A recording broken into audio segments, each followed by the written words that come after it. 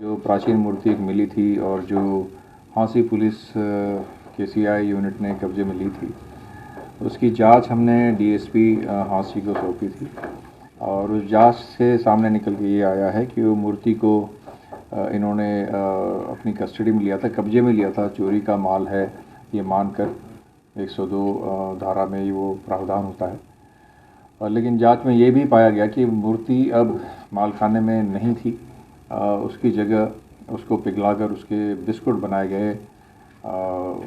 वो उसमें उसकी जांच भी उन्होंने कराई थी, सुनार से जो बात हुई, तो वेदर उसमें सोना है कि नहीं, उसमें और क्या क्या है, ये एक जांच का विषय है।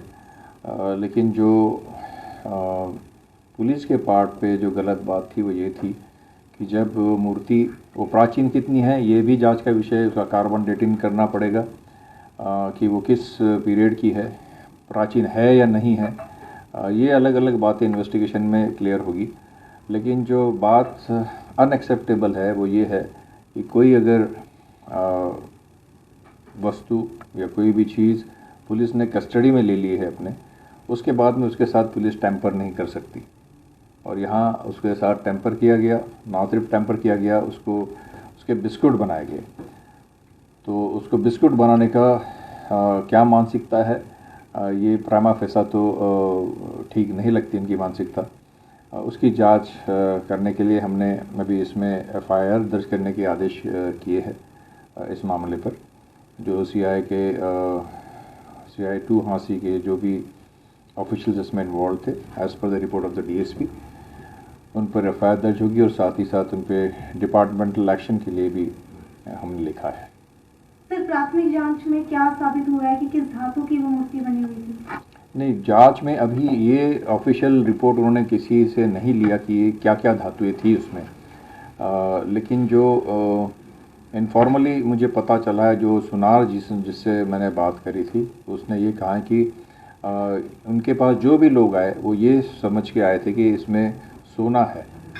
चाहे वो पहले जो लोग आए थे बेचने के लिए, इनके पास जांच कराने के लिए, या फिर उस सीआई के लोग थे, वो ये सोच के आए थे कि इसमें सोना होगा। और जो उन्होंने खुद जांच करी थी वो कह रहे कि इसमें सोना नहीं है और ये अष्ट धातु की मूर्ति है। सर, सीआई ने जब मूर्ति को अपने कब्जे में लिया तो क्या उसका कोई रिकॉर्ड रखा गया? एज अ चोरी का माल अगर वो मान के चल रहे थे तो उसका रिकॉर्ड था कोई? उसमें ऑफिशियली उन्होंने रोज नामचे में रिपोर्ट लिखी है। उन्होंने 102 धारा जो होती है उसमें उसको कब्जे में लिया है, ऑफिशियली कब्जे में लिया है। और इसीलिए ऑफिशियल कब्जे में लेने के बाद आप उसके साथ कोई छेड़छाड़ नहीं कर सकते। इंटरनेशनल मार्केट में कितनी कीमत थी सर? नहीं, अभी ये भी हमको नहीं पता कि ये कितनी प्राचीन है भी या नहीं है। लेकिन जो फोटोग्राफ हमने देखा है जो अवेलेबल था, उससे लगता है कि ये एंटीक मूर्ति है। इसकी अभी एज निकालनी पड़ेगी, जो जांच में है, कार्बन डेटिंग करनी होती है, उससे पता चलेगा कि ये कितनी पुरानी है। सर, जो पिघलाकर बिस्किट बना लिए गए हैं, क्या वो बरामद कर लिए गए हैं? हाँ, वो वहीं हांसी में है, मालखाने में वो देखे है। उनको इंक्वायरी में उन्होंने वहाँ पर उसकी जिक्र किया है कि मालखाने में है। 8 बिस्किट है जो बनाए गए छोटे बड़े मिलाकर, और वो अभी एग्जैक्टली जांच होगी कि इसमें क्या क्या है। कितने दिन पहले क्या एसपी हांसी को शिकायत की गई थी, क्या उन्होंने कार्रवाई नहीं की?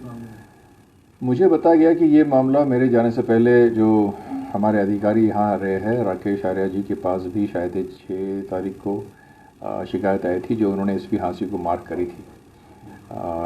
उसकी जांच रिपोर्ट अभी तक मेरे नॉलेज में है कि यहाँ तक इस ऑफिस में प्राप्त नहीं हुई थी। ज़मीन के नीचे इस तरीके का कोई एंटीक्स मिलता है तो उसके ऊपर मालिकाना हक पुरातत्व विभाग का होता है।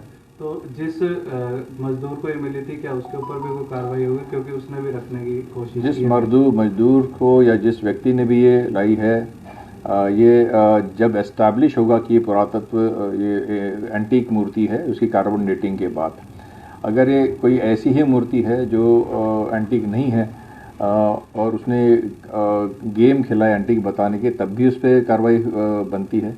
और अगर ये इस्टेब्लिश हो जाता है कि एंटीक मूर्ति है कार्बन डेटिंग के बाद, तो उसके बाद डेफिनेटली इस पर कार्रवाई होगी। और ये भी मैंने जांच के लिए डीएसपी को दिया है कि जो मजदूर और जो बबलू व्यक्ति जो इसमें कंप्लेनेंट है, उनके रोल की भी जांच की जाए कि अगर उनको मूर्ति बिहार में या यूपी में मिली थी तो उन्होंने वहीं पुलिस के संपर्क में वहीं उनके हवाले क्यों नहीं करी और वो क्यों यहाँ पर लेके आए। तो उनके जो इंटेंशंस है उनके भी वो भी मैलाफाइड लगते हैं कि वो यहाँ इसलिए लेके आए कि उनका यहाँ कोई कॉन्टैक्ट होगा और यहाँ उनको ऐसा लगा कि हम इसको डिस्पोज कर पाएंगे, वरना उनको चाहिए था कि अगर ये एंटीक मूर्ति थी तो लोकल पुलिस के कब्जे में देते और आगे की कार्रवाई करवाते पुरातत्व विभाग वाले। कितने मुलाजिम शामिल थे सर इस पूरे मामले में? कितने मुलाजिम शामिल थे? तो डीएसपी साहब की रिपोर्ट के हिसाब से जो 3 लोग इसमें मुख्य रूप से पाए गए हैं, 3 लोगों का जो इंचार्ज है उनके साथ 2 और कर्मचारी, उनके खिलाफ अभी कार्रवाई के लिए बोला गया है, लेकिन जांच के दौरान ये पता चलेगा कि और किस किस को इसकी जानकारी। सुनार के खिलाफ जिसने मूर्ति पिघलाई उसके खिलाफ कोई कार्रवाई बनती है? सुनार के खिलाफ इसलिए अभी प्राइमा फेसा बन नहीं रही है क्योंकि उन्होंने उसको कहा गया सीआई द्वारा कि इसको हमको बिस्किट बना के दो, और वो कहता है कि मैं दबाव में था और मेरे पास कोई ऑप्शन नहीं था इसलिए मुझे करना पड़ा। लेकिन जांच के बाद उनका भी रोल स्पष्ट हो जाएगा कि कॉल डिटेल्स वगैरह सब देखने के बाद कि उनका एग्जैक्टली क्या रोल रहा। अगर वो शामिल मिले तो उन पर भी कार्रवाई होगी, उसमें पता चल जाएगा। अगर उन्होंने ऐसा किया जी।